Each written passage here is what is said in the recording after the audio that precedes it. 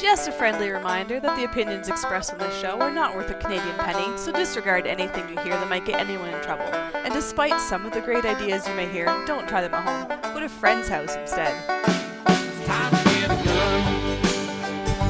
That's what I've been thinking. Well, I could afford one. And if I did just a little less drinking, time to put something between me and the sun. When the talking is over, it's time to get a gun. Hello and welcome to Slamfire Radio, episode 307 for June 6, 2019, the D-Day edition. It's not really about D-Day, but today is D-Day, the 75th anniversary. So right, at least, not the actual D-Day. It's yes, it the is anniversary of it. Correct. So if you went to the beach today, be sure to thank a vet for the time he went to the beach for you. And if you went to the beach with a gun, you're late. Yes. So by 75 years. Yep. Probably not the thing you want to make jokes about, but I know you can't help yourself. So I can't help it. I'm bad at this, but I am supremely thankful for all of the guys who stormed the beach. Yeah. We did a thing at the school today too. It's very cool. Yeah, very good. Apparently every school got this kit except for me, because apparently I'm not a real school and I always get forgot about until they want something. But there was this, like, all the schools went into this link and watched this video that was done centrally somewhere in the district, and it was all in recognition of the North Shore Regiment, which was one of the first Canadian regiments to hit the beach. Yeah, and like most of the first guys to hit the beach, they didn't make it to the end of the day, so kind of sad. But there's a school district, Anglophone North School District connection to D-Day with the North Shore Regiment, so kind of a somber day around the district, because everybody's got a relative who's got a grandfather, who's got a great grandfather, or whatever, right? So anyway, I'm one of your hosts, Trevor. No, you're not next. Kelly's next. Go ahead, Kelly. Oh, yeah, I'm Kelly. Good. That's Hi, good. Kelly. Playing along Now, well. is it me? I don't know. Do you have the show notes open? No. Of course not. Yes, it's you.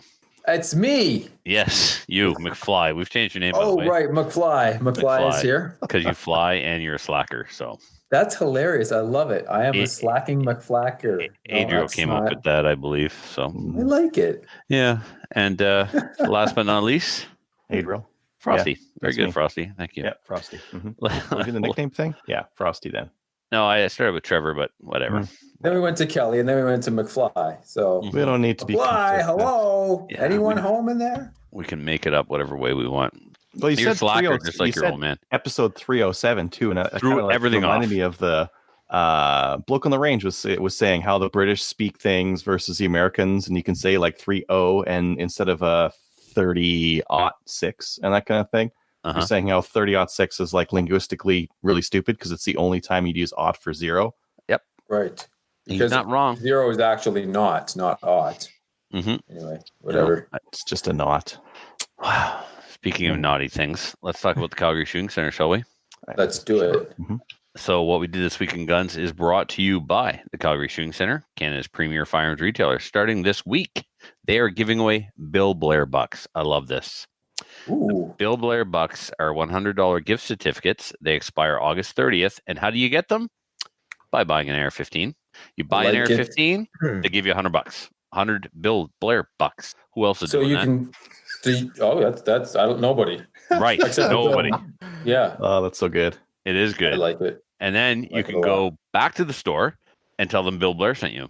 That's right. Well, he did, really. He absolutely did. If you go there to buy the AR and get the Bill Blair buck, it all comes back to Bill Blair. I'd like to thank Bill Blair because and I'll just transition here in what I did this week in guns. Because of Bill Blair, I bought 4 AR-15s. Tracey said buy one and you bought 4. She's not the boss of me. He bought one for all of us on the show. I mean, we're not going to get them, but he bought them No, I didn't do that. Kelly made sure we're all going to get a shotgun.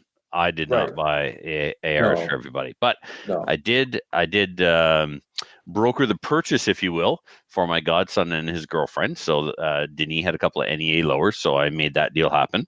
And then from Freedom Ventures, I bought. Oh, I might as well pull them out, right? You guys want to see them, of course. I think that's the idea. Of course. Yeah, because it's an audio show, right? So it is an audio show. Oh, Those of you who are just listening and not watching, Trevor just dropped something. A whole drawer full probably of an gun stuff expensive one. all over the floor. I mean, it's not like Christopher Anderson. I didn't smash a lamp and stuff, but whatever. All right, check this out. These are matched sets of STI upper and lower ARs. Sequential serial numbers too. How cool is that? Yeah, very cool. So even if I wanted someone, I couldn't, because when you get two guns that have sequential serial numbers, it's like a gun law. You have to keep them. You lose. It's definitely a man card infraction. So yeah. Sell serials. Yep. Cool. Yeah. So I bought those for myself. So that one I saw it ended in 183. Does the other one end in 182? Correct.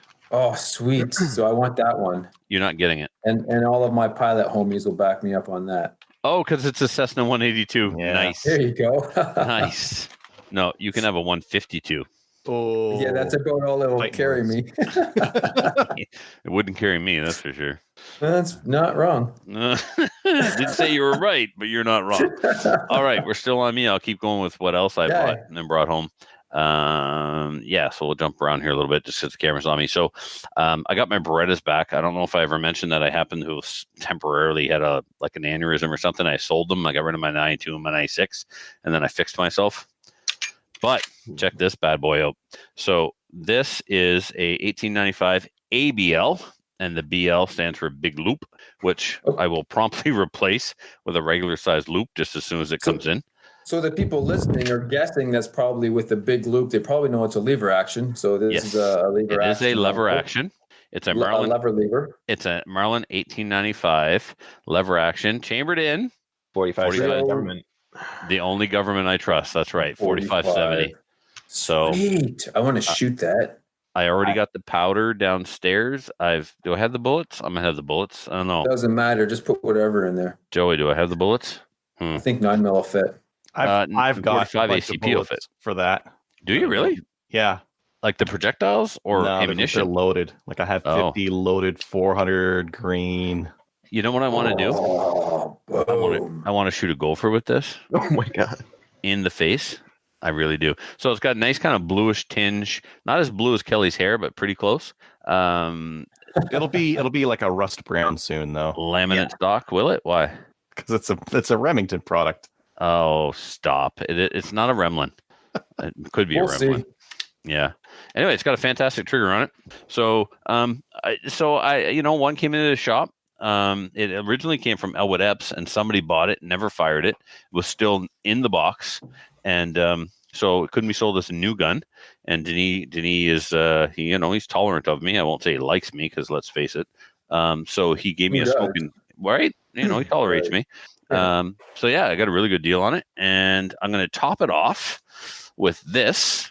This is a Vortex Diamondback, and it's 1 3/4 to 5x32, which I think is perfect for that bush gun. So yes, it's a great range. That's actually beautiful. Right, I did good. Waiting for the EGW scope rail to arrive in the next order, and now, then the only problem is you're planning on putting a scope on a lever action. That's my only issue there. But whatever. It's a low power. Other than that, scope, if you're going to put one on, that's the size to do it. Right, super low power. I mean, yeah, that gun has nice sights though. Like it actually does, Kelly. It has great sights. The front sight is even got like some color to it. Yeah, it's got the buckhorn type sights, but they are really nice. A lot of people don't like buckhorn. I don't see an issue with them. I like buckhorn. I don't buckhorn with all my heart. I like them. Oh yeah. Okay. I have the SVL version of that gun. So what's the S stand for? Stainless. Yeah, it's a stainless. Yeah, it's a stainless one. Suppressed. It's a nice one. So it's. I wish. Yeah, Captain Andy has the stainless version too, but I think he had a guide edition or a trapper edition with a shorter magazine tube, and he extended it and did all kinds of crazy machining work to it and stuff. So it was pretty awesome. What else? Okay, so then I got out to build some stages for our Black Badge match. So me and some of the guys did that. And then I wasn't going to be at the Black Badge match because I was going to be part of the first, this is CCFR history. We had the pilot course for the CCFR Range Safety Officer program, where myself, Greg Weiss, and Sean Hyman became certified master learning facilitators. So we will actually teach the teacher, and they will go out as local facilitators and teach the students. So more on that later. But I couldn't shoot the black badge match because I was double booked. There was no other way. Rather than change the date of the CCFR thing, Muffin stepped up and said, "I'll teach the black badge. Giddy up." So he did. Once we got the stages built, some of the ROs, Trevor and Fingers, they took me through the stages. So I got to shoot the pre-match and I won. So that was cool. I really didn't want to miss our first match of the year. Now, the CCFR RSO course, people are chomping at the bit. They're already banging on my door and stuff. We had the pilot to get us certified as master learning facilitators. We certified 2 instructors. There was, we certified 2 RSOs. 3 people took it, 2 got certified. And so they'll get a certificate. They'll be the only ones in Canada for now that are actually CCFR RSOs until our role, we're going to start teaching classes. And while we're teaching the class, we will teach instructors. So right now we're working on the logistical end of administering the class, working with the head office to get certificates mailed out, patches mailed out, all that stuff. So we're working on those details. Expect more in the fall. Really, there's going to be a lag in the summer where we're tied up with other commitments and projects, but we will get back on track. I personally will definitely be teaching classes in the fall. The other instructors maybe sooner, depending on when we get the logistics of tracking, who was trained by who, when, where, all that stuff, course fee, all that good stuff. So stay tuned. We're a heck of a lot farther than we were before. Peter Elliott was the one. He's the course creator. He's the one that certified us. The course is recognized by the federal government. It's based on the federal range standards, and it's all good. Peter's a really awesome guy. He's a vet. He got shot in the same leg twice. He's like, really? That's not fair. Once in Cambodia, another time in Northern Ireland, right?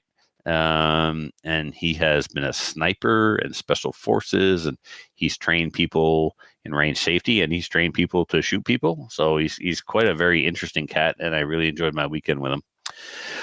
And then we got out and we built the stages for the Steel Challenge. Other Trevor and me, mostly Other Trevor, really. He would get out there a couple hours before I would get off work and have a lot of the work done. He's my favorite.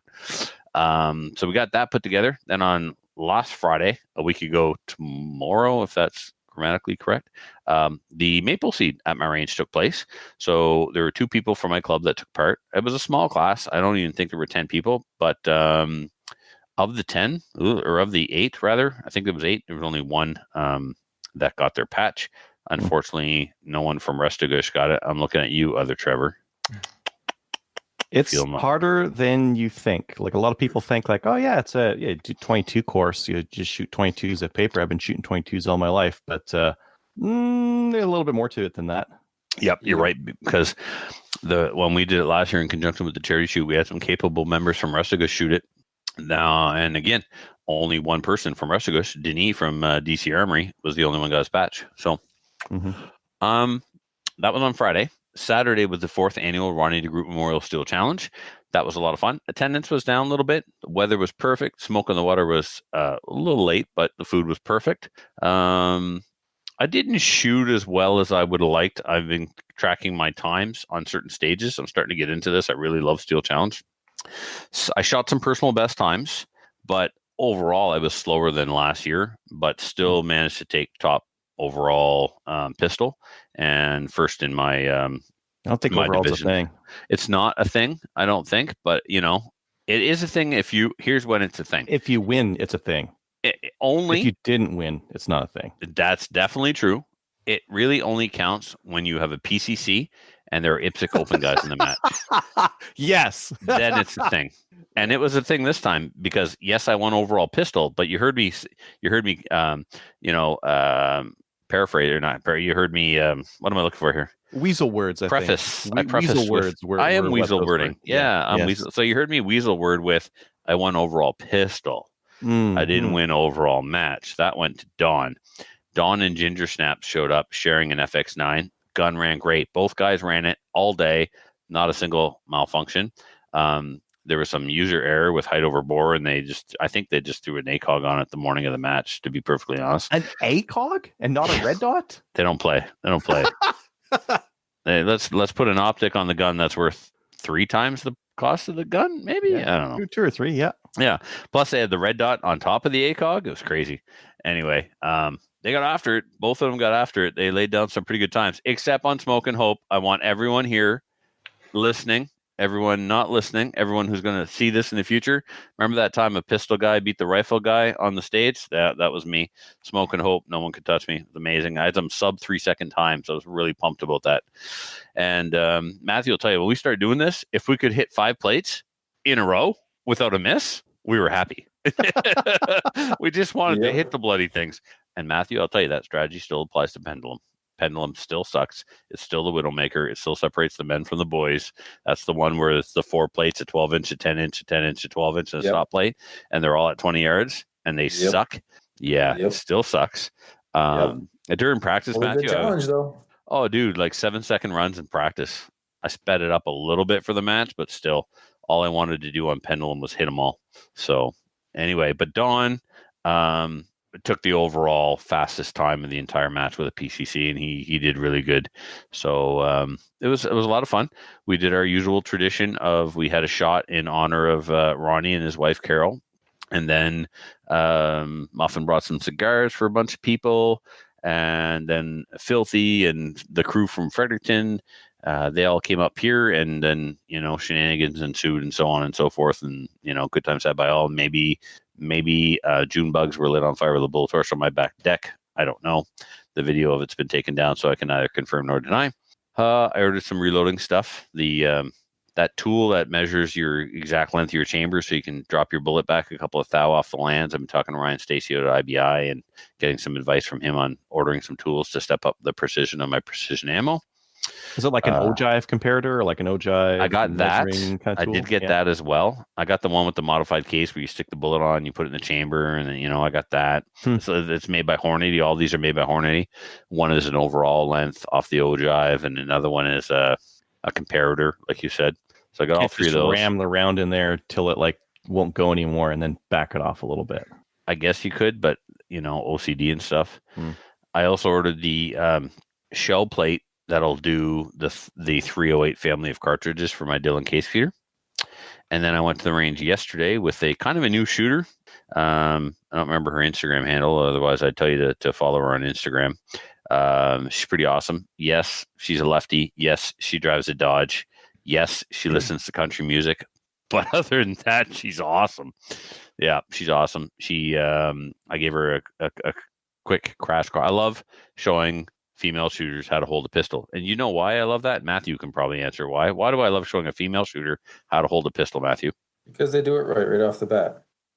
That's it. That's all. That's it. Done. One and done. One and done. Here's how you hold it. And they're like, okay.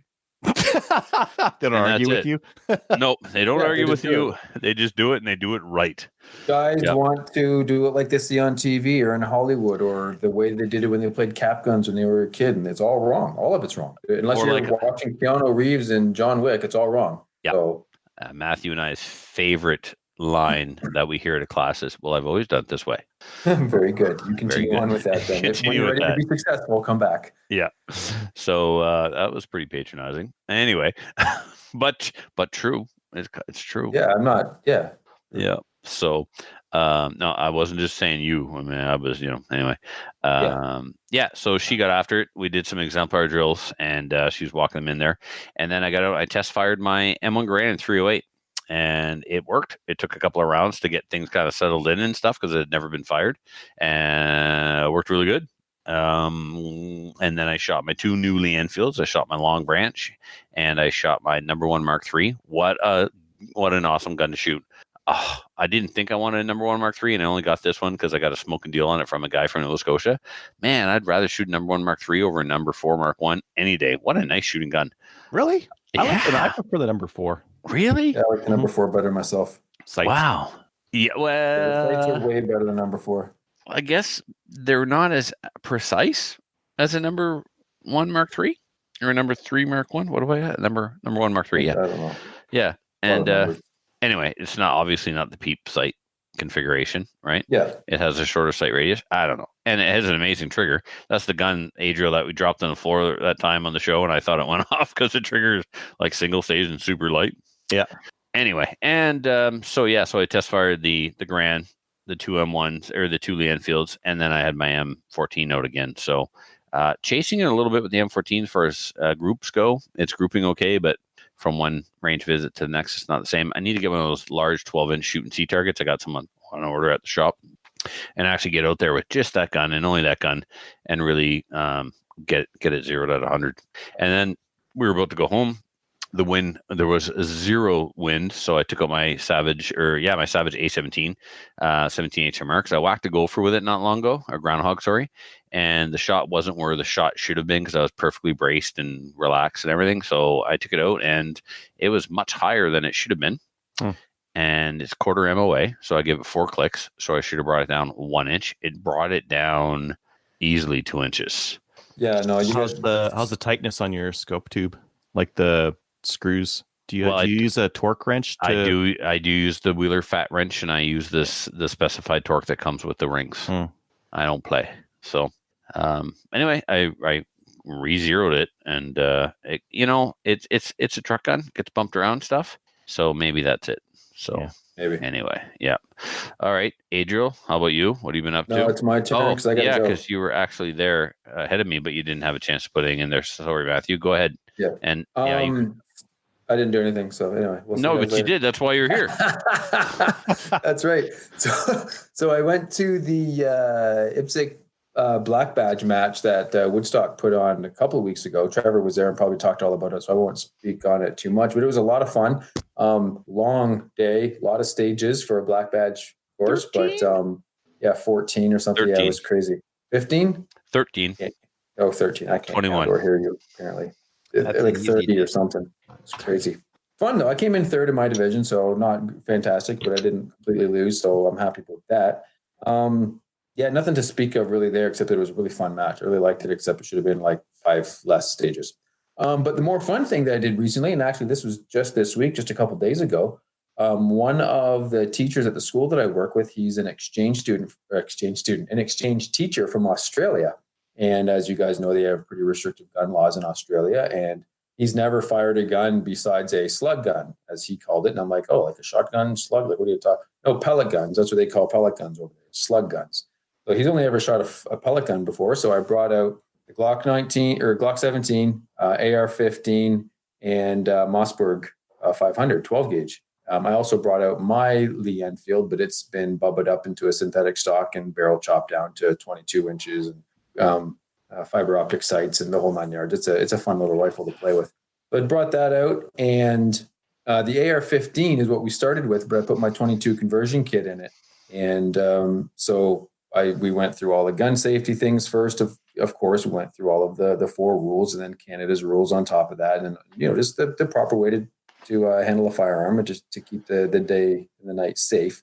So he's like, oh, got an AR-15. I'm like, yeah, you guys can have those. Yeah. And he's just flabbergasted that we could own all of these. And then I said, you can actually own all of these in Australia too, if you have the right license. He goes, no. I'm like, no, you can. You just got to have the right license. I don't know if you still can.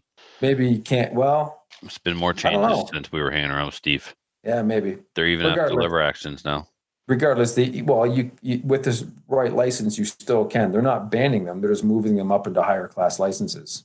Yeah, and those up higher ones are harder to get into. They are. But regardless, he's kind of stoked on the idea that the fact that he could just even own a shotgun, just a single shot shotgun, if he's never even considered the idea of him actually being able to own a firearm. So he's kind of happy about that.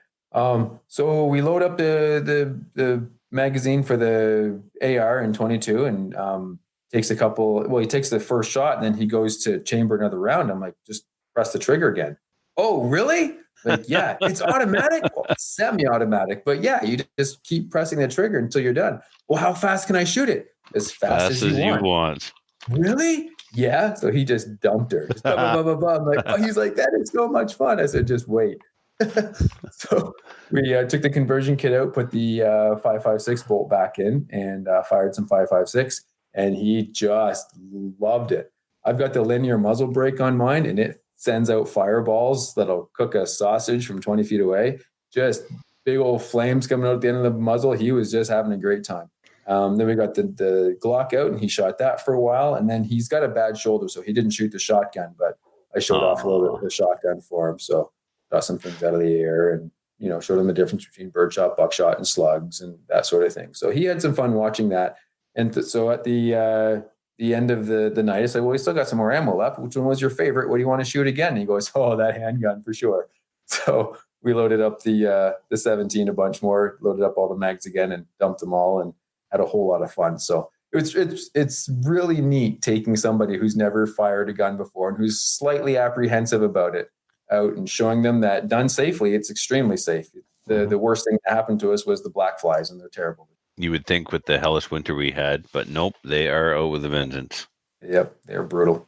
So Anyway, had a lot of fun taking the new guy out to the range, and got a couple of other staff members lined up who, after hearing his tale of awesomeness, have all said, yeah, you got to take me too. So sweet. I will have more staff members out there, and these ones will be Canadian, so maybe I'll even get them signed up for the safety course and get them licensed as well. Nice. Good work, man. Yeah, just doing my bit. Yep. Sweet. Man, that's, one new licensee at a time. That's right. It's all we can do. Now, Can't really license this guy because he's Australian, but you can. He's opened the door. He's opened the door to the Canadians because he's a outgoing guy, and everybody talks to him. And he talks to everybody. He's like, "Look at the video that I shot. Look at this. I shot a machine gun." I'm like, "Yeah, whatever. That's enough. Let him go. Just let him go with it."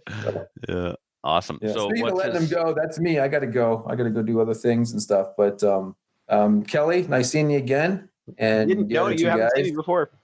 You weren't on last time I was on. Yeah, but I've seen Kelly. Yeah, not this Kelly. But it's close enough, really, when you think about it. Fair enough. All right, have a good show, guys. We'll get you guys next time. Sweet. All right, see you later. Adriel, you're up, and I would like if you could give us an update. In case it's not in there, I haven't looked at your notes. Give us an update at some point on the survey. Oh yeah, I was hoping that all four of us could be on that at the same time. No, just an update, whether it's closed. Not the results. Just let people know in case they haven't gone yet, or have you closed it down? I haven't. I can. We have over 100 submissions so far. Cray. Didn't we get 80 in the first 24 hours? Yeah. That was awesome. It was because it makes it this is how to make our show better, right? We make the show better by getting people to tell us what they start over and aim lower. Introduce the whole thing in case someone hasn't been listening for a few weeks, and tell them how to find it. All right, so we've got this Google survey on giving feedback about the show. Let me look it up here. 2019 survey. It's about how long you've been listening. Do you watch us record on YouTube? Do you engage with us on Facebook or Instagram or whatever? What people feel about the segment lengths and the overall show. So one of the things we're always wondering about is is this going too long, or is this just right, or could it be a little bit longer? And that's all been really interesting. Part of the thing that I saw in there was that people want more coverage of the Canadian gun news and Canadian guns. Those ones are both clearly people want more of. Cool. And then feedback on the individual hosts, and then who their favorite host is. Or the person they hate the least. Same thing. Person they hate the least. Yeah. Where do they find this? Because already the YouTube comments are going, survey, what survey? So it is on our Facebook, and I will, one second, I will go put it on the live thing. Oh, maybe, is it open anymore? Did I close it? Maybe I closed it. I think I could reopen it. I think I can reopen it. Or you can post on the YouTube. There it is. How do I collect it via email, and then copy that, and then go to the YouTube thing and go bam, right there. Done. And then people can fill it in there. There it is. All right, cool. So what did you do this week in guns? We got back to the show notes here. Last week, Thursday, I spoke at the Sherwood Park Fish and Game. They're just a regular meeting. I talked on maple seed and what it's all about and all that kind of stuff. So that was cool. And then I won a scope. And I'm sure you saw this, Trevor, but CRPS had these challenge coins. I have one around here somewhere. Right. That you could buy, and it got you in for a chance to win this really sweet rifle, the Voodoo Tactical $2,500 action plus $1,000 stock. All plus, the people to win it. The odds were good. Like those odds were good. There was 100 people. That rifle is like what, $5,000-6,000, 5,000, let's say. Then the lab radar was like, what are those? Like $800, $600, somewhere on there. And then there was Vortex Tactical Diamondback scope on there, and now those are like $550. And I got the scope. Awesome. I got the scope, and Brian Bolivar got the rifle, which he immediately put for sale because he is low class move. yeah. I won this amazing thing, and I want to sell it right away. Yeah, I won one gun in my life, and it's still on my wall in a position of prominence. But just to be fair, like Brian is left-handed or shoots left-handed. There's nothing fair about being left-handed. He's broken. No. It's a birth defect, and he's using that as an excuse to sell a prize, and that's low class. If he's going to shoot a milsurp, he'd have to shoot it right anyways. He shot Enfields for years. Huh? Managed, hey? Yeah, that awesome lady I had out at the range, she was shooting bolt-action guns, and she's broken. Mm-hmm. Yeah. A little bit of this is salt. But I can't be that salty because I want a scope. So yeah. Couldn't happen to a nicer guy. I mean, you getting the scope. That's awesome. Yeah. Cool. Yeah. Diamondback Tactical from Bullseye London, which is kind of neat because I got it in. I've already got that 6-24, so there was an option to get it in 4-14. I got it in that. And I think that scope, that quality of optic at 4-14 is going to be perfect. What's it going on? I don't know. The guns like rotate through my house very frequently. Yeah, fair enough. Yeah. No plan. It'll go on lots of guns. Fair. One of the other things I've been messing around with is QLS clips. They're the clips you can get from Safariland to put your holster on. You wouldn't want to do this for IPSC because it adds just over a half an inch to between your belt and the gun, and that might put you over the 50 millimeters. If it doesn't, who cares? But for 3-gun... So let's back up for a second, because it's worth explaining. In IPSC specifically, I'm not sure if it applies to USPSA as well, but in IPSC, the center line of the grip of the handgun and the center line of your accoutrements, your magazines and your speed loaders, cannot be further away from your body than 50 millimeters. So when he said the 50, that's what he's referring to. So this product pushes your holster too far away from your torso to be IPSC legal. With some holsters and muffin tops, yes. Okay. If you've got a great muffin top, you probably don't need. You're laughing. Yeah. But if you're shaped like McClatchy, you're probably screwed. Yeah, you need it like tucked in a little bit more. Yeah. And I mean, like for IPSC, this is not really an advantage because ridiculous. Taking this with your gun in it and taking it off, it disqualifies you in IPSC. Nope. No. If you take it off the safety table, just the safety table. That's right. Yeah. But actually, the rule says don't unholster. You're just removing the gun from the belt with the holster. It's still inside the holster. You'd have to walk around like this. You'd have to range lawyer the hell out of that one. You have to have heard that phrase before. That can't be never. The first time. Never heard range lawyer before. So stealing it. Oh, yeah, I've so good. That page is obviously a 3-gun thing where there's made up rules and you need range lawyers because things aren't definite. No, that's just what they talk about with IPSC, I think. Yeah, well, range lawyers get shut down hard in my world. I'm sorry, this wooden divider around the shooting area is less than 2 inches above the ground. I'm afraid 2 centimeters. 2 centimeters. I have a range lawyer.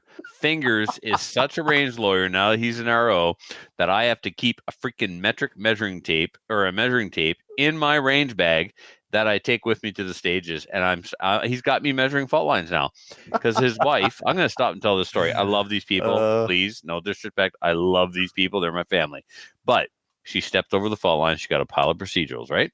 Mm-hmm. So he's like, I don't think that fault line's legal because you told me I couldn't make them out of strapping, and I couldn't make them out of strapping because it wasn't 2 centimeters high. And the rule book clearly says if it's not 2 centimeters high, it's not a fault line. Now, if it's not a fault line, then there are no foot faults or no procedurals. Fine. Get me a freaking measuring tape before I lose my mind. Just go get me a tape. So we measure it with somebody's Leatherman thing that's got a measuring thing on it. So I'm like, good news, dude. It's not 2 centimeters. I'm going to throw away her procedurals. I was a range master that day. So I throw away her procedurals. So I'm like, excuse me, miss. Good news. You're not getting procedurals. However, because of all the mics you had, you still zeroed the stage. Made no difference. No difference, but no procedurals. Yeah. Range lawyer. Where was I? Oh yeah, QLS clips. So I don't actually want these for the holster. I got these for my shot shell caddies. Yeah, shot shell caddies. Yeah, because who cares about how far away those are from your body? Who cares about shot shell caddies? Here's my shot shell caddy right here. It's called 10-round magazine. Yes. With a clip given to me by Mr. Gross. There you go. Good for open, but for the real 3-gun shooters who quad load and don't put them all in clips. You mean the slow guys? Yeah. We need to be able to take shot shell caddies off the front because what you can't bend over to pick anything up if you got like a big whack of shot shell carriers in the front. So I got a bunch of clips and I'm going to try them out this weekend at this 2-day match. Let's see what else I do. I bought a 303. I don't even know if it's a number 1 or a number 4. You didn't buy a 303. I bought a 303. There's a bunch of different guns chambered in 3. Stop it. You're not from New Brunswick. No, I bought a 303. It's a Lee Enfield. That's what they call them in Alberta too. That's what they call them in New Brunswick. And a grouse is a grouse, not a partridge. So what kind of gun do you have? I got a 303. When you say that, you sound like a BOC. Maybe, or a redneck. I'm quite a redneck. I don't look like it, but oh, you are. Mm-hmm. I met your parents. Yeah, seen the firm. Yeah. Let's see here. Oh, I don't know if you heard me talking on the last episode, but I've been looking around for IPSC matches. I got nothing around me, man. You're the only person we heard talking on the last episode.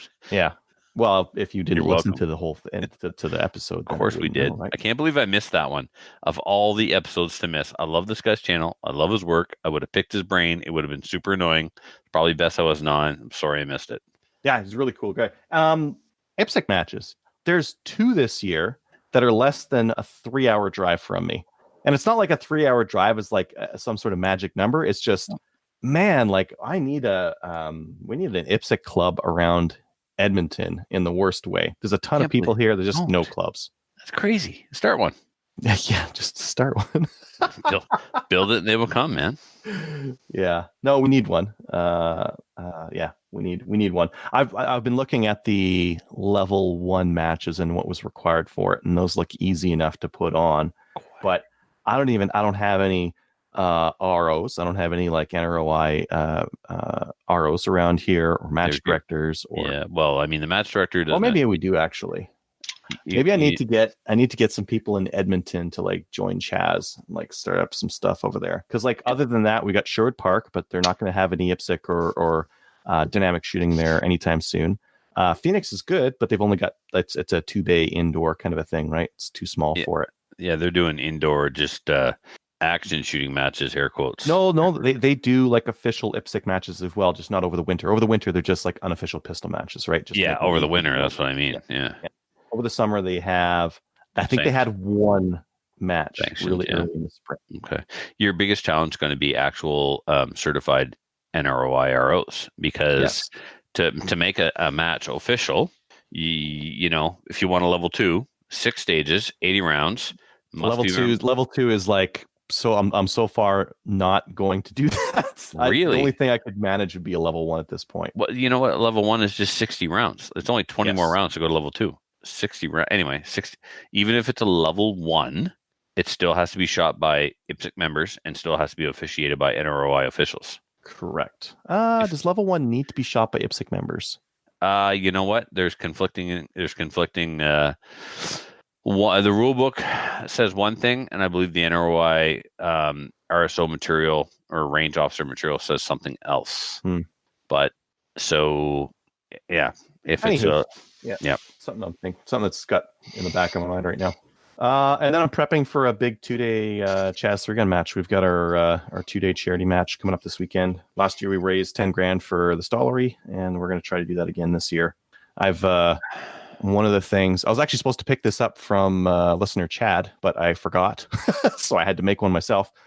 Is a dummy to drag around the range. How do you forget to pick up a humanoid-sized dummy? Like that's your ticket to the carpool lane. Yeah. I just need to throw it. I want to pull up some pictures here and share it, just because. Share it because it's I'm sure creepy as all heck. Oh yeah, I've been scaring my wife and kids with it all. I've worked week. with creepier. How's this? Oh, that's pretty bad. Oh, Kelly, you got one that's creepier? I've worked with creepier. The last for TV sure. show I did I had a dissolved body. It was great. Legit. Creepy. Look at that. Oh. This is a pure construction from Value Village, so it's all just like, this is a $5 factory second head where the eyes aren't even looking at the same thing. I know a guy like that. When he's standing in front of you, you don't know which eye to look at. You better figure it out because he's big and looks like a biker. Well, this guy's pretty big. Wow. He's a quadriplegic or a quad amputee? What's going on? Yes. Well, no, I just needed to stuff some. I put a bunch of old clothes in it. It's 30 pounds. Sew boots and gloves on, and then stuff it. I was thinking about putting little doll hands on the ends. Oh my god, tiny hands! My mother told me to marry a woman with small hands. I don't know why. Yeah. Anyways, that's the kind of fun stuff we're up to. We're looking forward to this match coming up this weekend. Crazy. Anything else? That's it for me. All right, Kelly, what have you been up to? And welcome back, by the way, Kelly. Thank you. Yes, no, I'm going to go from at least the last time Kelly was on. So fair. Give me the 2 weeks. So in the last 2 weeks, I just wrapped a TV show, or movie, I guess, where I got to play armourer. I know I was teasing you with some photos. Yeah. That was fun. Oh god, it was good times. But we just wrapped, and then I immediately went into, I missed the range, haven't been to the range in forever. I'm going to take a bunch of people there inside of 3 days. I was at the range 3 times, which for a range being an hour away is no small feat. That's a lot of driving. Yeah, it was a lot of driving, and for the first 2 times it was taking, again, new people or relatively new people. Which is the thing that I do a lot, because I encounter a lot of people on set who are like, I've never shot a gun before. Can you make that happen? And my answer is always yes, but you have to spend an hour both ways listening to me drone on about the unfairness of our laws. So that's the balance. So sounds about right. Yeah, which is fair. But the one person I got to take was he's actually a friend of a group of friends of mine. He's French, and he came out last year to visit them, and we all went shooting. And I guess he came back this year to visit them again, and there was 2 things he wanted to do: Costco poutine and go shoot guns. And so they facilitated the first one. Super Canadian. Oh yeah. No. Yes. Costco poutine. Yep. You don't even say it right. Oh my god! Now I live on the West Coast. I say it how I want. Which is incorrect. That's fine. We invented the stuff. All right. Don't tell me how to say it. I tell you how to say it. But Costco. Anyway. Yeah. You wanted Costco poutine? It's actually really good. Have you ever had it?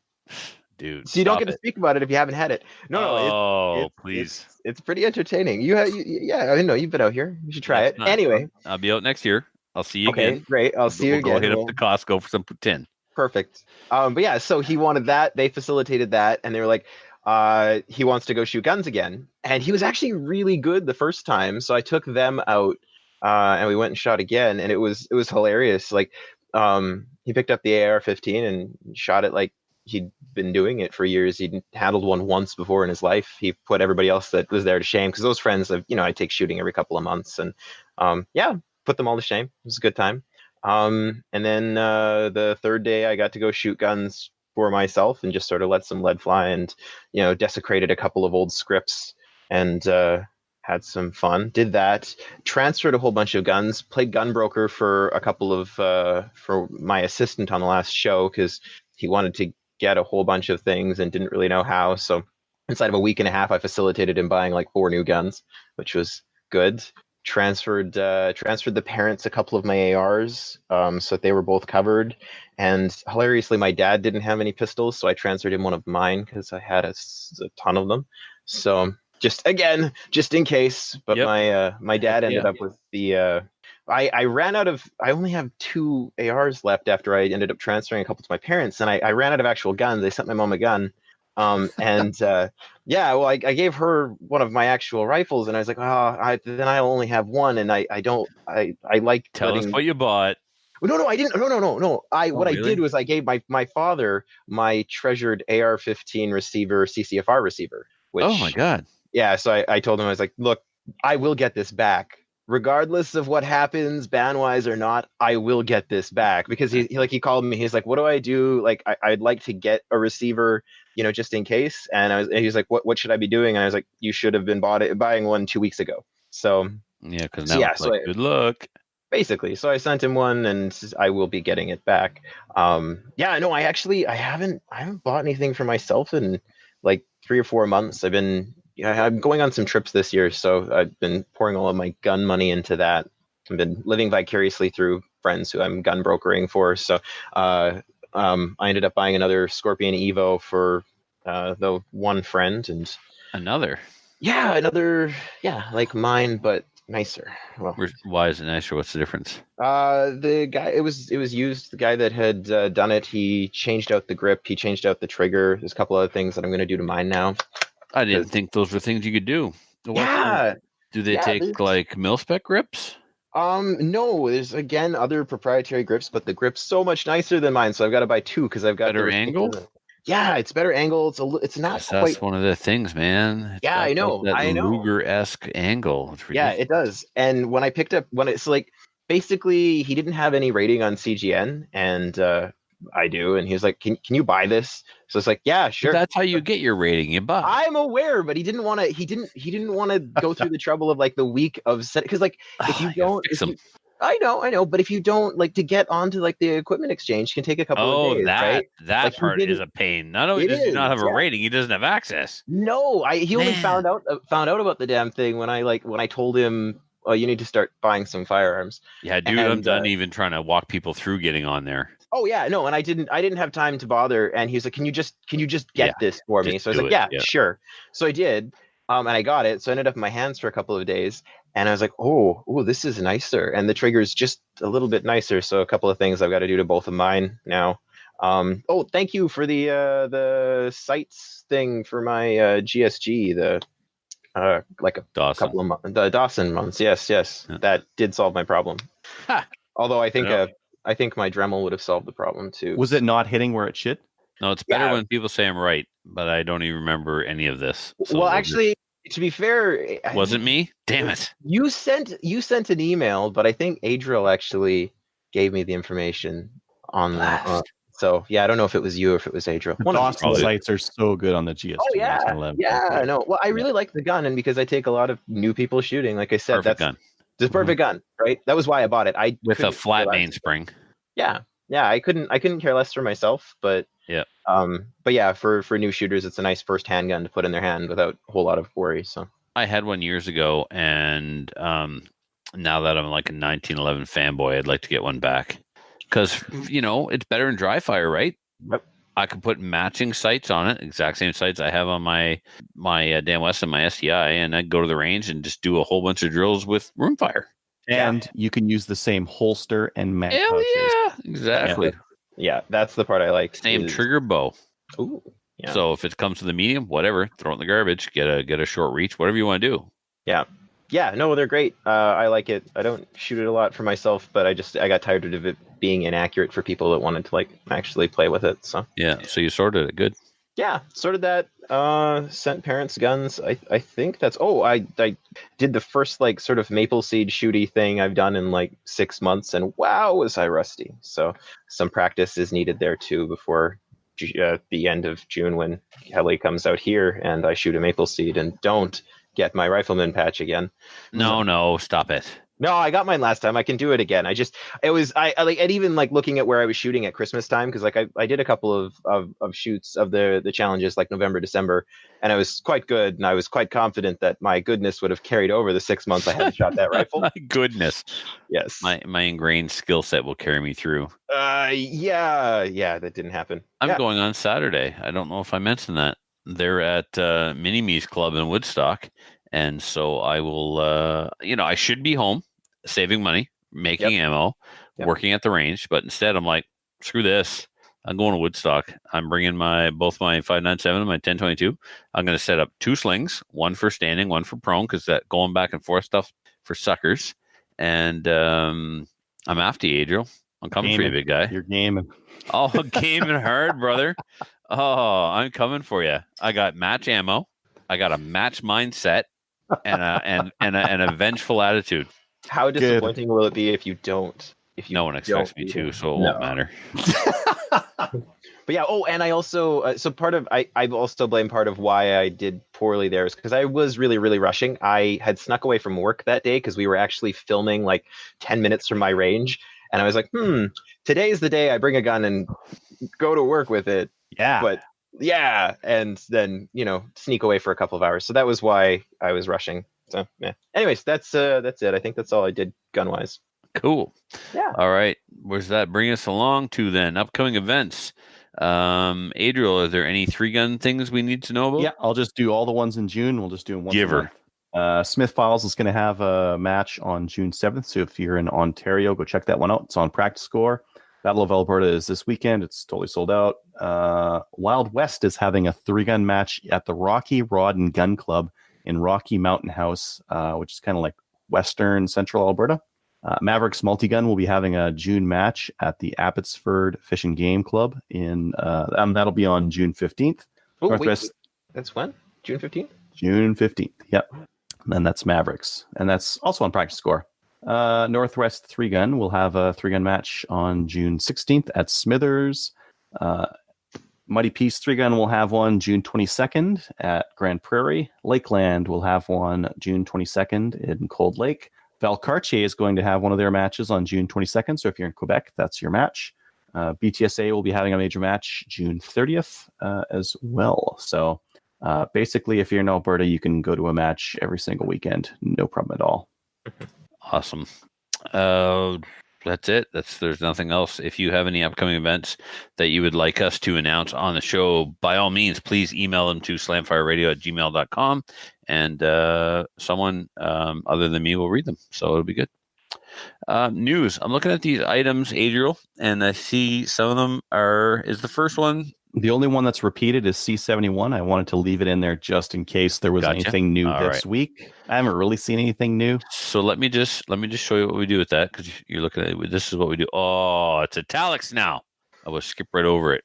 We have a program. Okay. I need you to work with us, not against us. Follow the established routines. Bold it? No, don't bold it. Put it in yellow. Nope, don't put it in yellow. That draws attention to italicize. We skip. Italicize. Okay. How about this next one, though? That's a you thing. You yellowed it. Why would you? I'll fix the notes. You tell about the CSSA quitting. CSSA is suspending their lawsuit on the 1022 magazines. Quitters. So, in the letter, it says in 2016, RCMP declared that large mags for the 1022 had been prohibited devices. I'm just going to summarize this. No, take your time and read the whole thing in detail, because I need to get up and get beer. Oh, all right.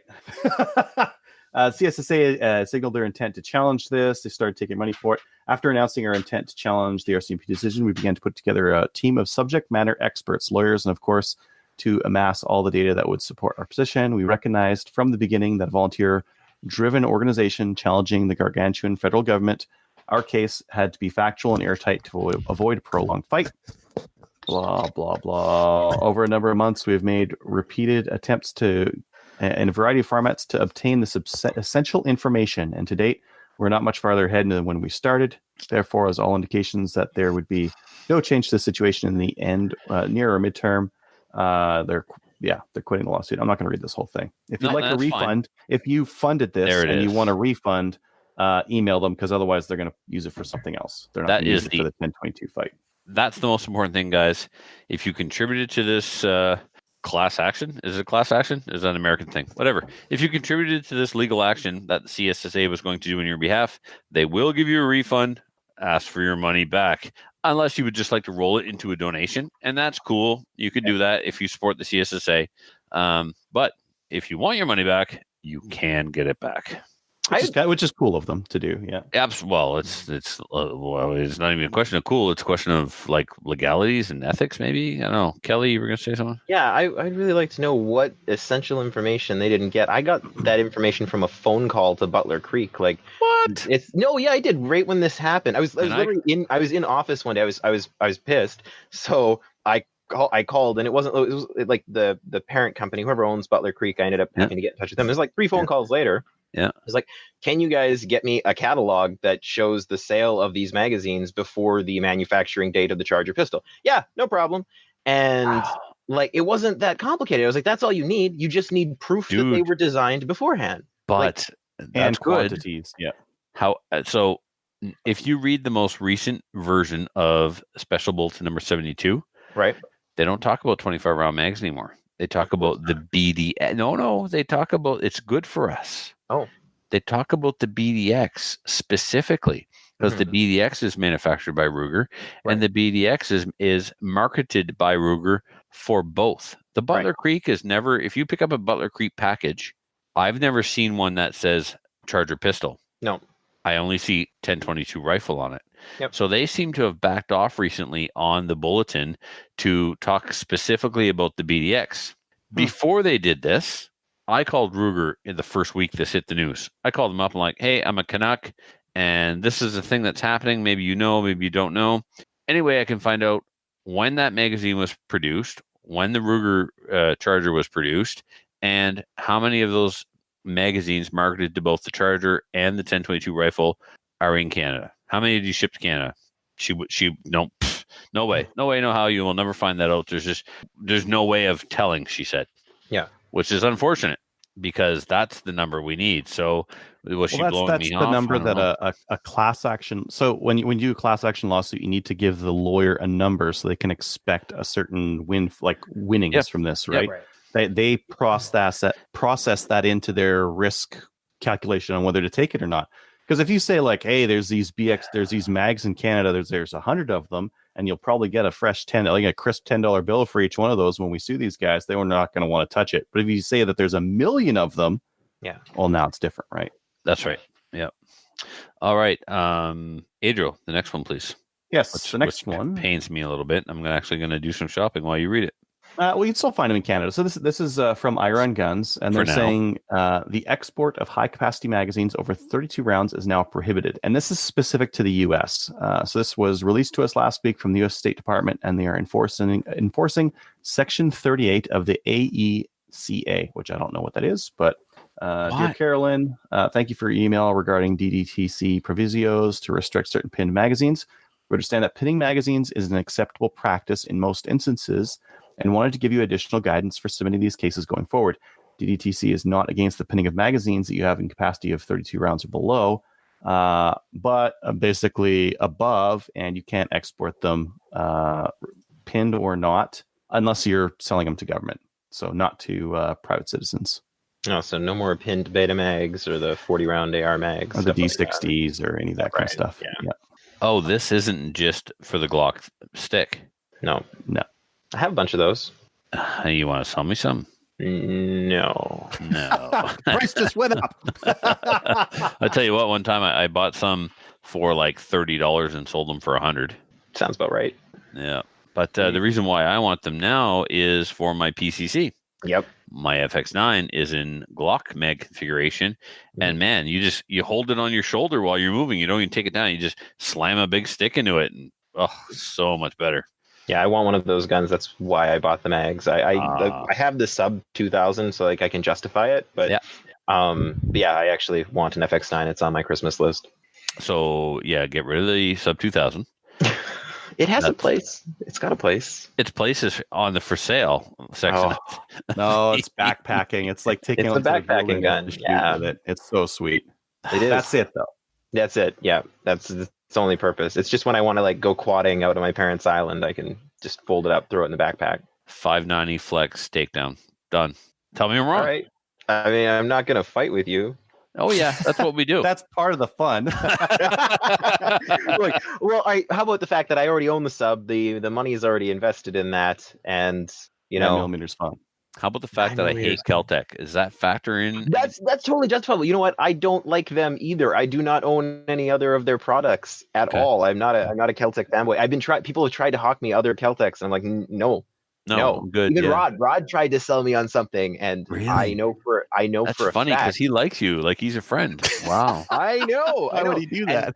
Yeah. And friends don't let friends buy Kel-Tex. That reminds me, I sold one to Owen once. It's so funny. He the one that he was all excited about, I know for a fact he had to send in for warranty work. So I started with the Sub 2000, or did I? At one time, I owned all three at the same time: the Sub 2000, the SU16, and the KSG. I got one of the first 50 KSGs in Canada. God, I would say the worst out of that group, or the one that will fail, is the SU16. That's the only one where you're going to put a few thousand rounds through it. It will fail. The receiver will break on you. 100%. Yep. 100%. You take a steel barrel and you stick it into a molded plastic receiver. Yep. What was I thinking? Well, I knew nothing. It was my first year in guns. The gunsmith that works for our the armory company that we do business with, Craig. You've seen him. He's made a couple of things. If you've seen like weird guns that have popped up in Canada, odds are he made one. He made it. Right. That NATO firing SKS. He milled that by hand. That was him. He showed me his SU16 that he milled, like aluminum milled. He's like, yeah, I put 300 hours worth of work into it, so it's worth a couple of grand, but no one will pay me for it because no one will pay me for it. It's not worth it, but it's not going to break. I was like, right, exactly. Yeah, awesome. It might hold zero too. Yeah. Adriel, Marstar, what's going on? They've turned into one of those companies. They changed. Yeah. The employees bought it. They put up a new website. They did some stuff. Ooh. Okay. Awesome. Marstar, man. Very good. They like Marstar for a while there, like the Garands. The Garands were probably the worst thing. They brought some Garands in and they were horrible. The bolts were dangerous. They were shearing lugs and they were very expensive. And bringing them a couple of other things. Bringing them in is one thing. Anybody can get screwed, but bringing them in wasn't bad. Putting them on the market was bad. And sticking by the Anyways, effective January 1st, 2019, the company is now under the ownership of a group of its employees. They hope the transition seamless for our customers. Looking forward to new and interesting products for the Canadian market. Blah, blah, blah. They got a new website, and it's not as bad as the last one, but it still needs some work on categories and that kind of thing. Right. And saying it's not as bad as the last one is really meaningless because the last one was it was the worst gun store website in the country. Listen. Don't make fun of middle school projects like that. a lot of 14-year-olds put a lot of time into that. No, I'm just saying. Made a nicer website when I was 14. I don't know. All joking aside, truth be told, I didn't find it was a bad site. But what I know, I mean, I'm not Bill Gates. Is John's Vault still part of it, or is he like completely out of the picture now? And like, because there used to be a section called John's Vault where John would sell stuff out of his own private collection. No, there's still a John's Vault. Look at that. Oh, cool. All right, there you go. Okay. Image coming soon. On to the Alberta Tactical Rifle Supply. What's going on there? Oh yeah, Jason just put this in the YouTube chat there.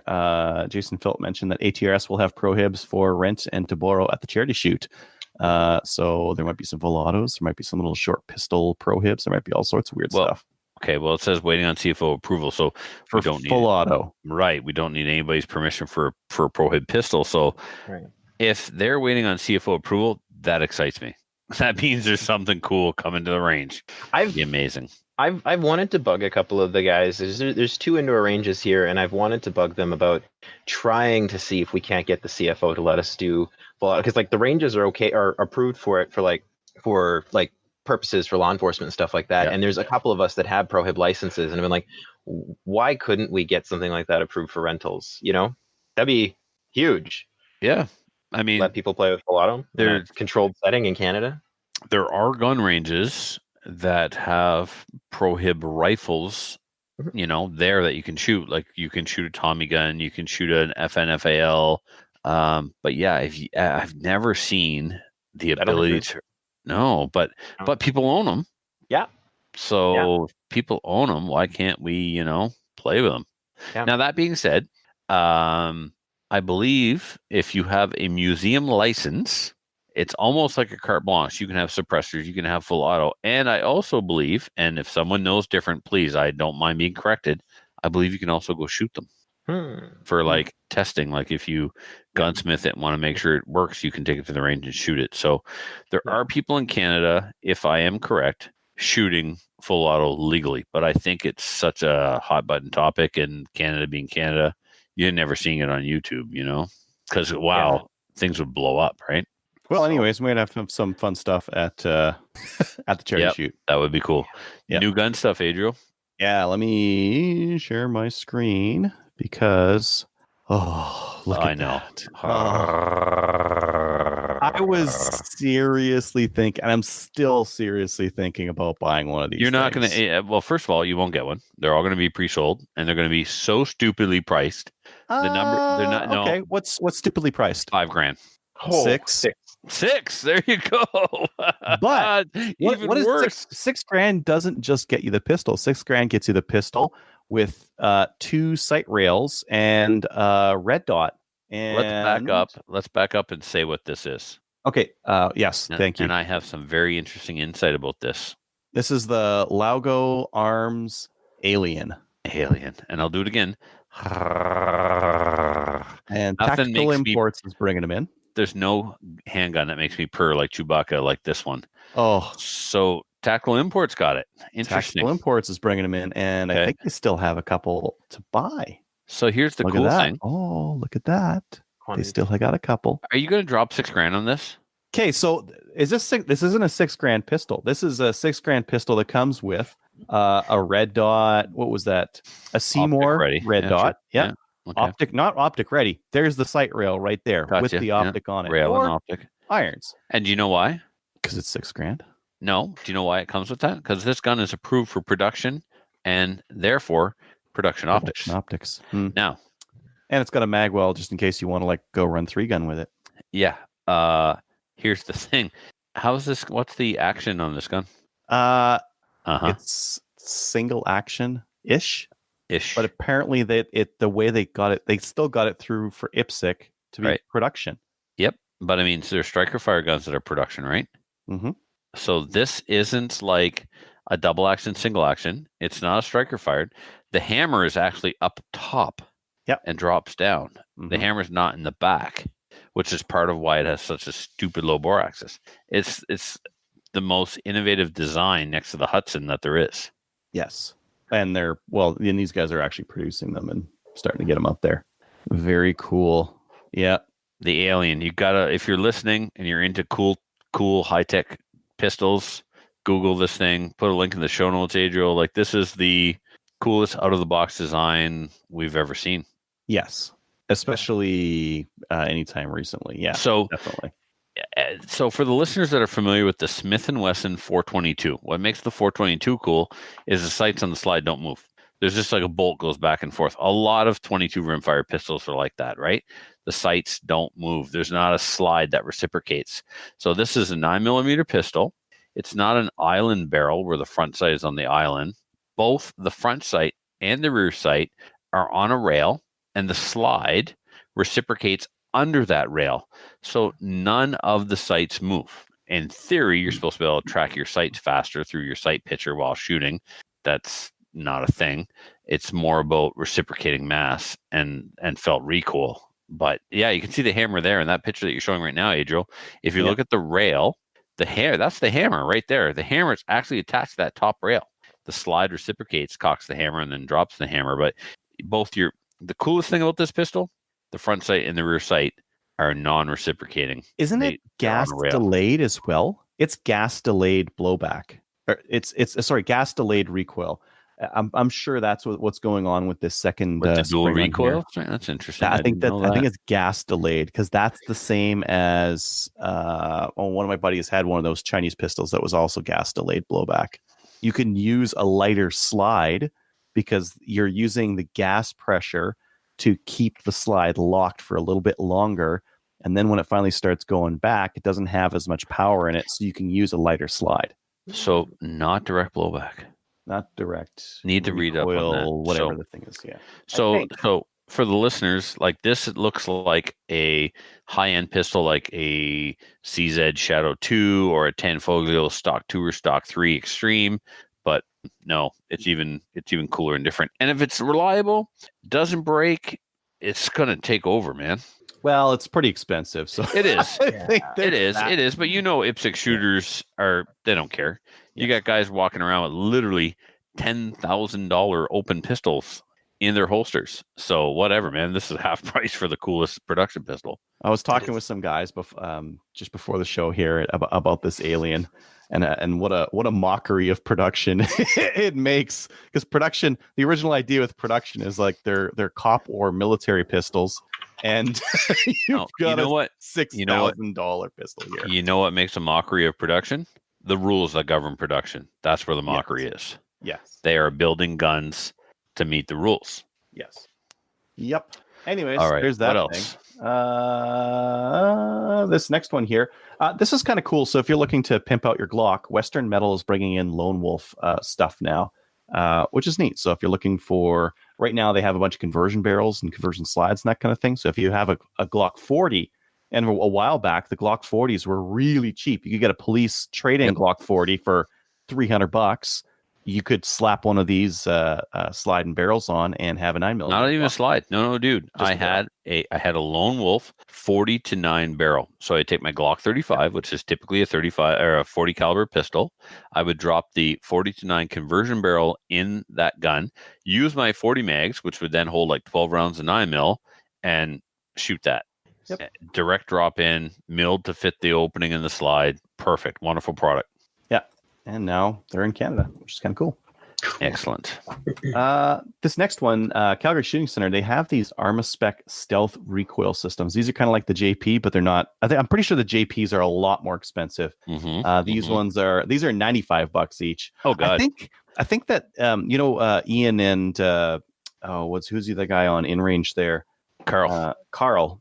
They talked about the haircut. What would Stoner do? Stoner do, yeah. And in that build, they used a captive recoil spring, of course, because they're better.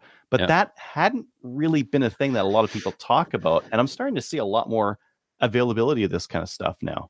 I like maybe they kind of push that a little bit forward, because who had them before? JP, and that's it. Yeah. How often would you see one of these things in a rifle? Almost never. Well, yeah. Captain Andy put one in a Stag 10. Yeah? Yeah. Stag 10's recent, though. Yeah, but, they've been out for AR-10 for a long time is what I'm saying. Yes. Yeah. Cool. So the ATRS guys had one of these in his what's rifle, the weights like? So my ATRS build is going to be like stupid light, right? Do I want one of these as opposed to a traditional system? Do you even JP care about the sound of the? Nope. I care about the weight. I want to build the lightest thing I can. I don't know. 3 ounce, 3.3. Okay, I think these are that's the buffer weight, though, isn't it? Yeah, maybe that's the total. Yeah, equivalent. Yeah, they're talking about equivalents here for buffer weights. That's not the same thing. Gotcha. Okay, I'll figure it out. Yeah. The weight is pretty far back. Like that's in the butt anyway, so who cares about it? But well, when you're running with it 80 meters, Still gonna go with that, eh? Wait till you see the video of this match. I won't even watch it. Dragging a dummy and shooting at the same time. Stupid. Yeah. What else? Wolverine Supplies is blowing out their Turkish mag-fed shotgun. So they've got a bunch of these UTAS XTRs, and they're selling for half price. So these are similar to like a Daria Mark 12 or like a Daria or something like that. Daria, whatever. What? Look at the price on these. Yeah. Oh my God. $500. They look great. They look like an air style magazine fed semi-automatic shotgun. Yep. Wonder if they'll run those mags. The pump mags? Probably. Yeah. I don't know. Because I have a Daria 10 round pin to 5 mag for my Typhoon and it works. So, but they're UTAS, right? UTAS. Yeah, whatever. Yeah. Cool. All right. That's it. Yeah. Okay. So on to the main topic. All right. Time for the main topic. And the main topic is, once again, Tracey Wilson. Welcome back to Slamfire Radio. Hello. Thanks for having me, guys. I appreciate it. Always a pleasure. So you did a thing. We did a thing. Yeah. This has been absolutely crazy. The whole thing is ruined now because I see Jack on the chair behind you and now I'm completely distracted. So for the listeners who don't know, Jack is like the second coolest cat in the world after Steve. and he's actually hanging out on the back of her chair during the interview. I love that cat. He stays there all the time, and I can move around like this for those who might be watching live. I can just do whatever I want. He stays there. Yeah, when he's not dominating Colin. No, when he's not sitting on Colin's face, he's usually on the back of my chair. Yeah, awesome. Okay, sorry, rabbit hole. It's not like anybody didn't expect a squirrel moment from Slamfire, but hey, I saw a cat. All right, Tracey, you did a thing. Our 4th annual CCFR AGM just took place back in Cowtown. Unfortunately, because I work for communists, I was unable to attend. Broke my heart. But anyway, tell me all about it. Let's start off with, okay, you just jump in, tell me about it, and then I got some questions for you. Okay, so we had the CCFR AGM. You fell for it. And it was awesome. About 200 people showed up. Yep. We were in Calgary, Alberta. 200 people. 200 crazy. The dinner was super fun. We had Michelle Rempel guest speak, as well as Ryan Slingerland. So he's the young lad out of Alberta, the teenager. He was like 15 when he started it. But yeah, he's got the petition against C71, and still to this day, I'm not 100% sure, but at the time of the petition closing, it was Canada's second most signed parliamentary e-petition in history. By a 15-year-old. So, by a 15-year-old kid, yeah. Amazing. So for me, being a mom of 2 girls, one's a teenager, it really means a lot to me, and I think to the rest of Canadian gun owners, to see these young people taking the bull by the horns and taking an active role in advocacy. So Ryan came, he's 16 now, so he could drive a car there and everything, which was awesome. I put him up in a hotel, so I think he loved that, having his own hotel room.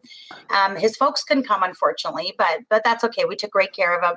He did an amazing job. And best of all, he shows up and the kid is like styling. He's got like this amazing like Rod shirt on, better than Rod. So you're like, he makes the Rod shirt look better than Rod. That's awesome. Totally. We're like, you're the new Rod. That's it. And he had a cool blazer on. He did an awesome job. I know we had Coat of Arms TV there all weekend recording. So there'll be some video coming out about Ryan, but just a really nice, polite, sweet, awesome kid. And he did an amazing job. The AGM banquet was sponsored by Nanook. And Nanook, as always, is just amazing. They sent us 2 of the great big rifle cases to give away to, randomly to 2 people that were there. And Alberta Tactical Rifle set up this cool display. So it was pretty neat. We got to see all their funky rifles. So there was a lot of rifle fondling and pictures of Michelle holding them and all that. Amazing. What was really neat, this was the whole highlight for me, was we have heard out of OLO, so the opposition leader's office, Andrew Scheer's office, that they have pledged to repeal C71 should they win the election in October. We already knew that. But what we were having trouble confirming publicly, I mean, I had it on advice, but I needed that I can put it out there, was confirmation from Andrew Scheer that should they win the election in October 2019, that they will also repeal any bans that come down through OIC between now and then. That's very important. That's almost more important to me than C71, right? So Michelle worked hard. Well, it wasn't a whole lot of work, but she worked with OLO on the messaging on that, and she gave an exclusive to Coat of Arms where she absolutely confirmed 100%, no matter what they try and ban through OIC, should they go that route between now and the election, it will also be reversed along with C71. So that's kind of a big deal. Like we really needed that confirmation, right? Yep, definitely. Yeah. And she was right off the heels of her wedding, of course, which was the weekend before in beautiful Calgary. So we had a great time with Michelle and Jeff at the wedding and spent Sunday up in Banff and Lake Louise doing all that touristy stuff. And yeah, the whole thing was great. So we've got some new directors. Yeah, let's move on to the less exciting stuff, the business meeting, and tell us who's returning and who's new.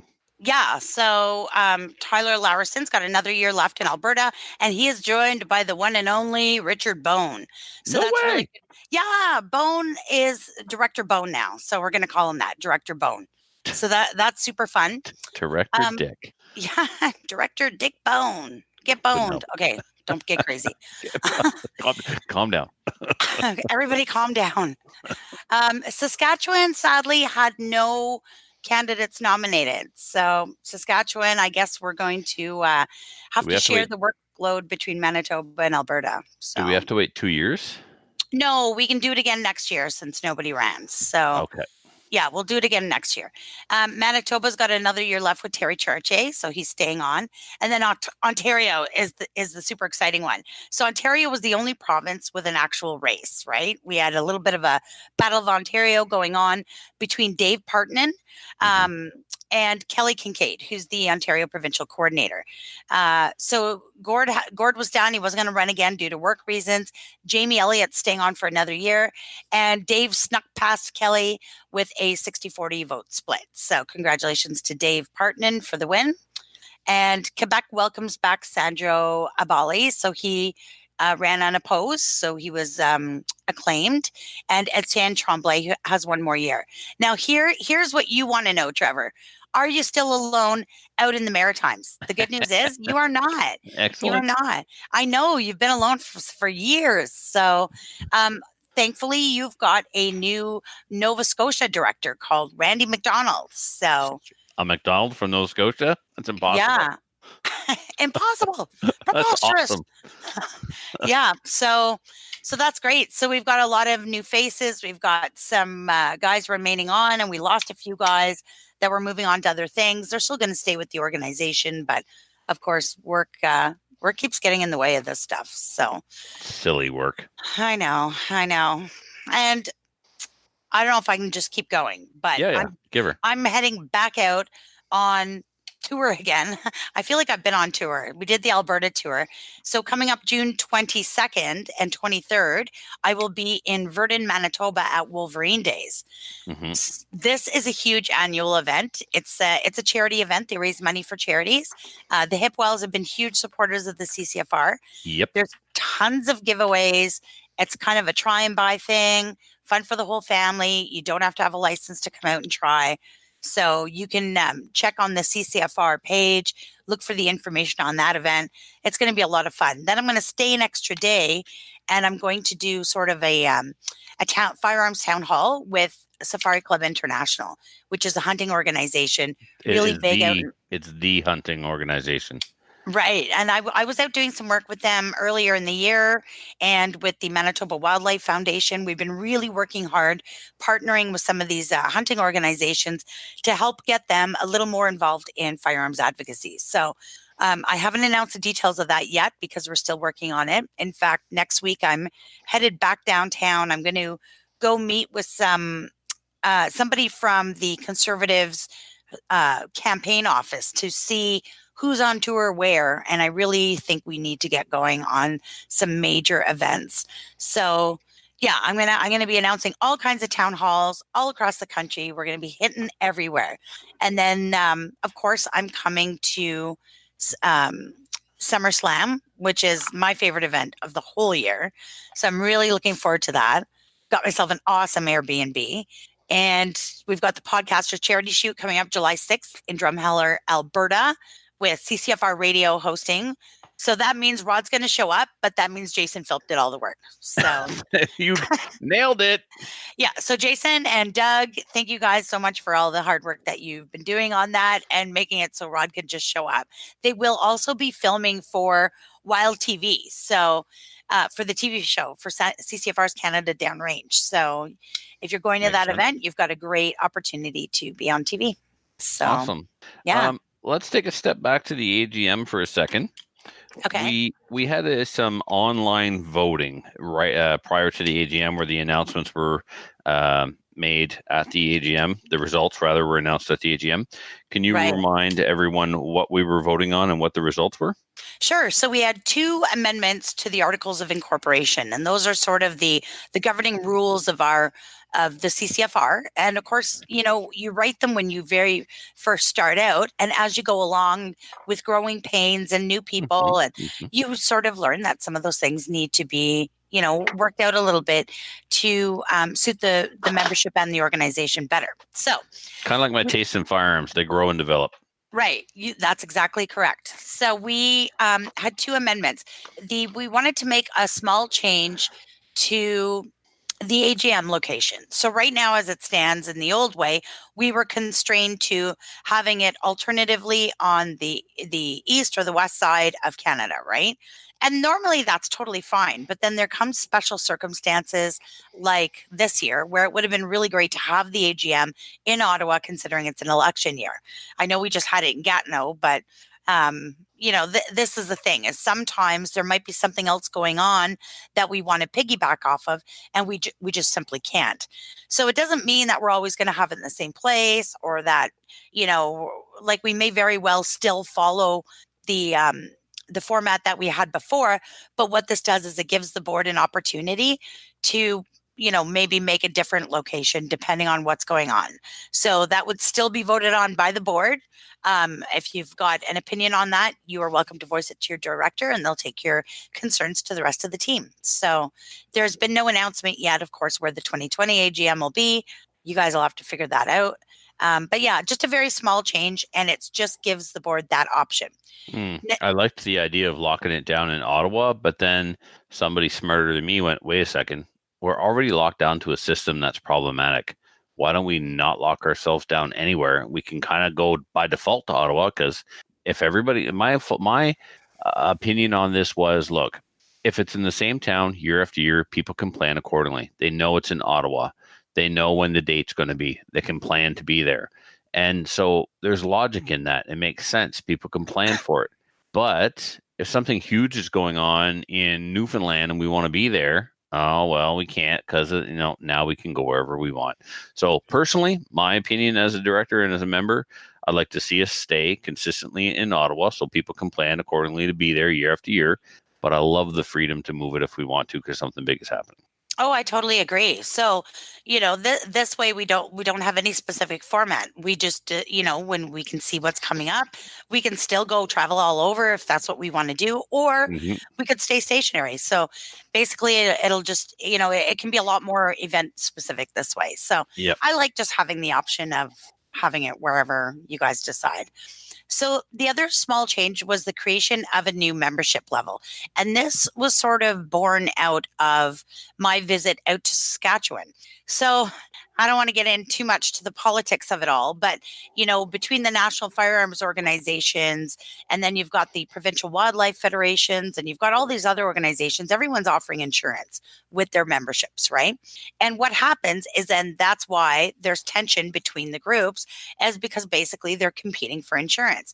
So when I was out there in Saskatchewan and sitting at the boardroom table with the guys from the Saskatchewan Wildlife Federation, I said, look, we don't have any interest in competing against you for members. First of all, there's 2.2 million people, that should be participating in advocacy. There's lots of room for everybody. And club memberships are not our main focus. We really want people to willingly participate in advocacy. So we started talking about how we do it. We do have two different levels of club memberships, where we have clubs that have everyone being full participating members of the CCFR. And then we have clubs that buy insurance only. So basically they're insurance only memberships. So they said to me, well, what about having the exact opposite and having and everything but insurance membership? And this way they can also help sell that, because they're not cutting their own grass, right? So I just thought it was a really great way just to have that option. We haven't necessarily named it yet, but we'll have some kind of supporter type membership where you won't be an insured member. Basically, you're just participating in the advocacy end. So that was passed unanimously. I think it was like 96.3%. So yeah, everybody thought that was a great idea. And, my number one thing is I really want our communities to be more united. And there's no reason where we can't all be rowing our ships to the same battle, right? Yep. Like, it's insane. So People are so unwilling to bend or make any kind of accommodations. Like, no, we've always done it this way, or you have to do it our way. Just think outside the box once in a while. Well, this is a problem when you have organizations that have been around for decades and decades with the same people at the helm, and nobody wants to give an inch. Well, no. that's kind of a refreshing thing. they're run by BOCs, and that's the problem. Yeah. So this is refreshing. And that's the cool thing about the CCFR is, we can mold and change to suit the community and do what's best for the community at large. So yeah, I'm super excited about that. But the AGM was awesome. It was just a really great event. And so 2 things. Yeah. We were supposed to live stream and we didn't. And we were getting stalked by the media. Yeah. What was going on with that? I heard that, now this is just me hearing things, reading things on Facebook, CCFR was approached for interviews. CCFR said no. They showed up and stayed at the same hotel as us. What was all that about? And did it factor into why we didn't live stream? Yeah, so we had a few security concerns. Originally, we had been contacted by a major network primetime show.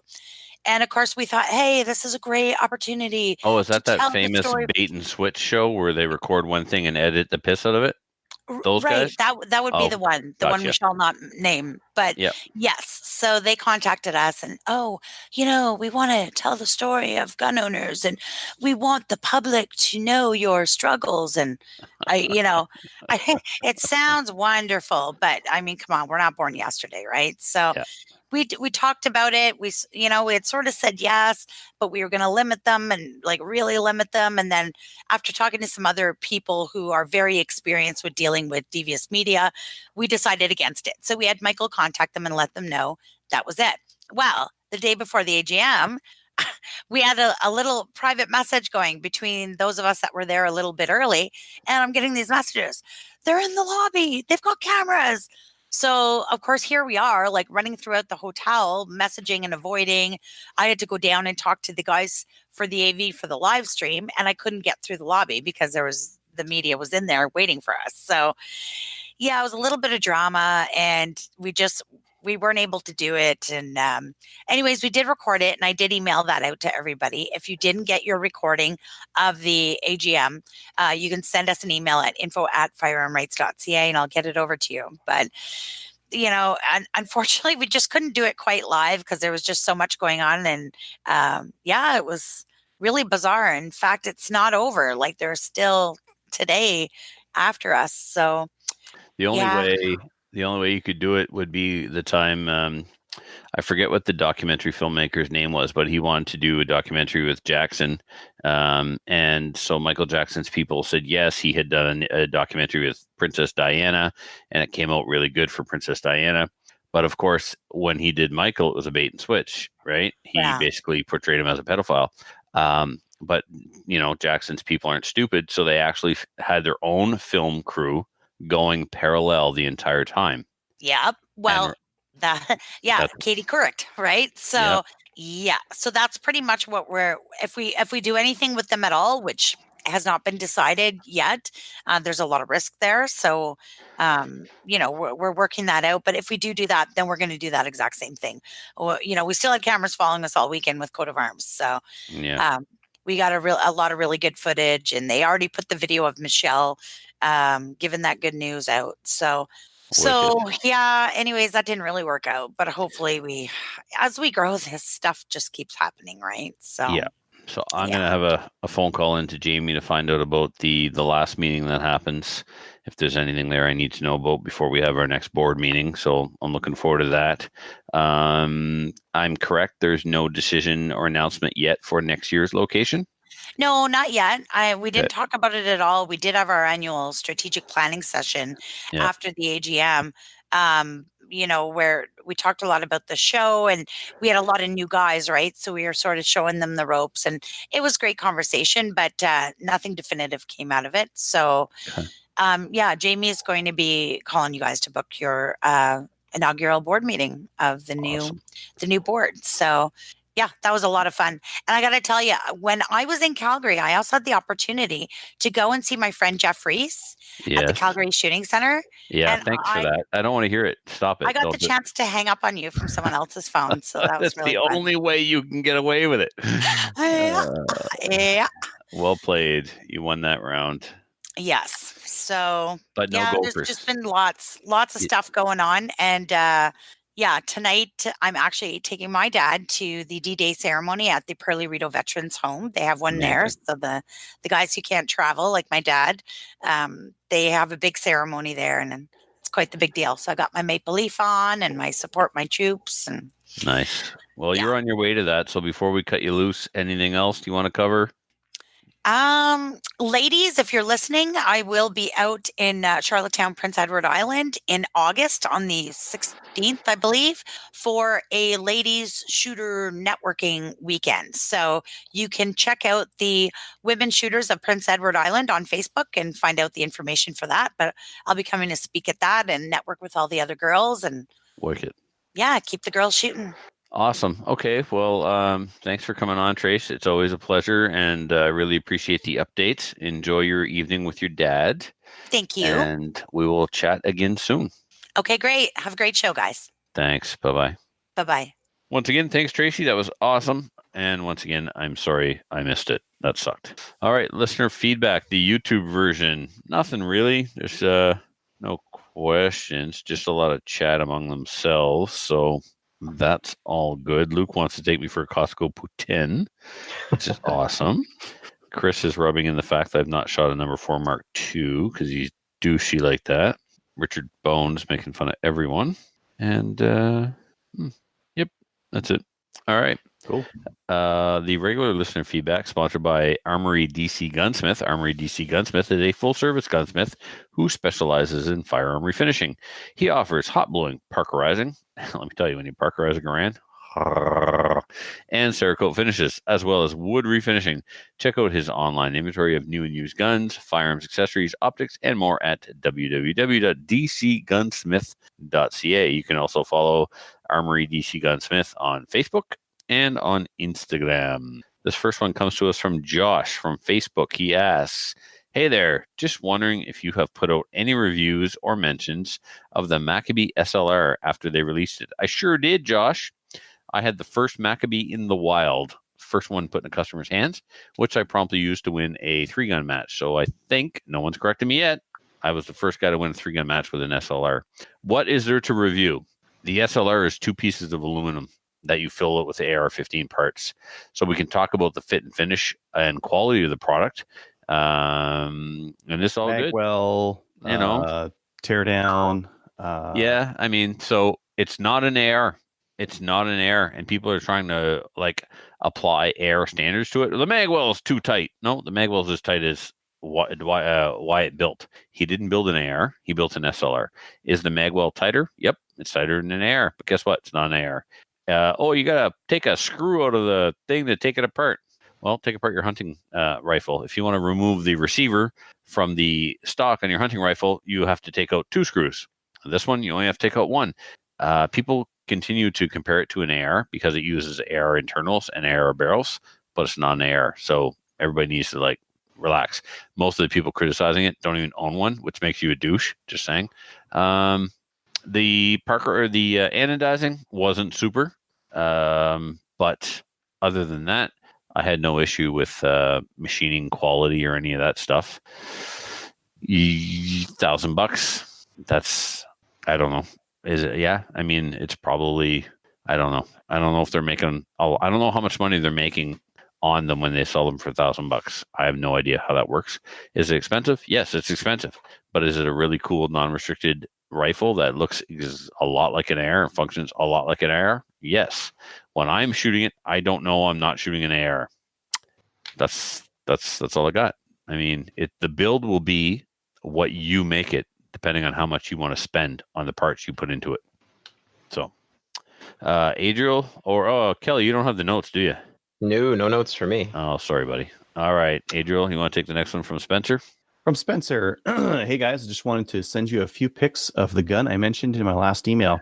As you can see in the first one, it's an M1918 Browning automatic rifle in the A2 configuration, which puts it somewhere in the 1930s, I believe.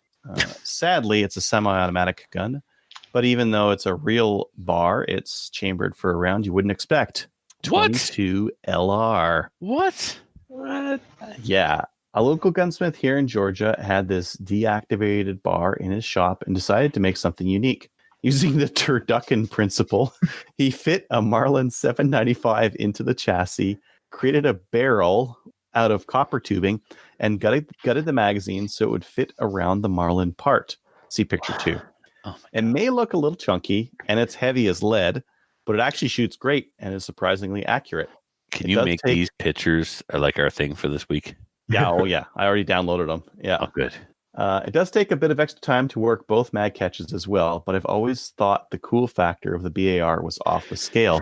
This is probably the only way I'll ever be able to afford one. Best wishes, Spencer in Smyrna. Since we're talking about faux machine guns, I would definitely give a 2 thumbs up to the GSG MP40 in 9mm. I have one that I bought a while ago, and I'm about to put the paperwork in to SBR it so I can add the folding stock they sell. It's obviously very different from the real MP40, but it's got enough of the look and feel to really fit that niche, especially now that it's in 9mm. Definitely worth buying, if only as a cool range toy. Plus, think of the looks you would get as you take it out of a case to shoot a PCC match. That's true. Priceless. That's true. I'm here for the PCC match. Yeah, what kind of mag does it take, though? Probably has proprietary. Yeah. Unfortunately, here in Canada, that means 5 rounds. Yeah, exactly. Yeah. Right. So no PCC for you. No. I saw an awesome meme the other day of a soldier with a Tommy gun. And he's like, and the meme said, "My grandfather shot PCC before it was cool, before it was the thing, and no one picked on him."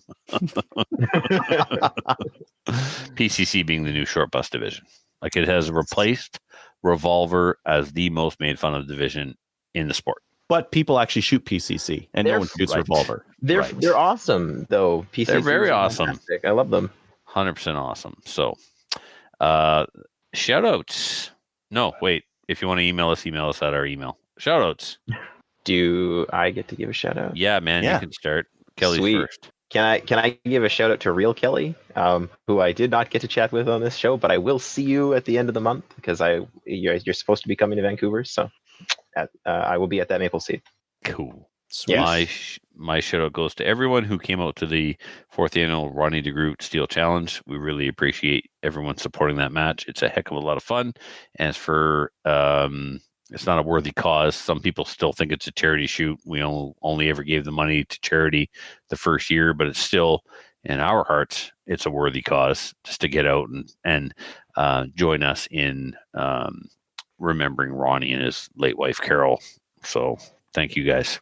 Awesome. My shout out goes to movie armourer Kelly. Thank you for coming on. Excellent. Patreonies. No new ones this week, but we're always on the lookout for the next Patreon supporter or a new Patreonie.